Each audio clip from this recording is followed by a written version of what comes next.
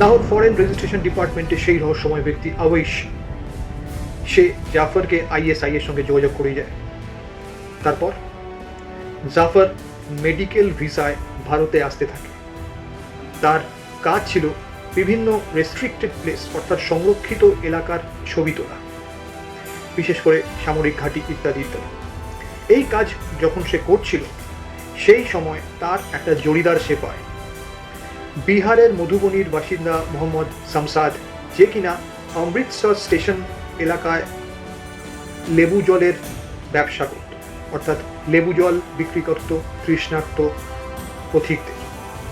দুজনে মিলে কাজ বেশ এগিয়ে নিয়ে যাচ্ছিল, কিন্তু পাঞ্জাব পুলিশের হাতে অ্যারেস্ট হয় দুজন। জাফর পরবর্তীকালে জামিন পায়। তারপরে অনেক দিন কোনো খবর নেই। নতুনভাবে আবার জাফর কি করে সংবাদ শিরোনামে উঠে এলো। Subscribe, like and share.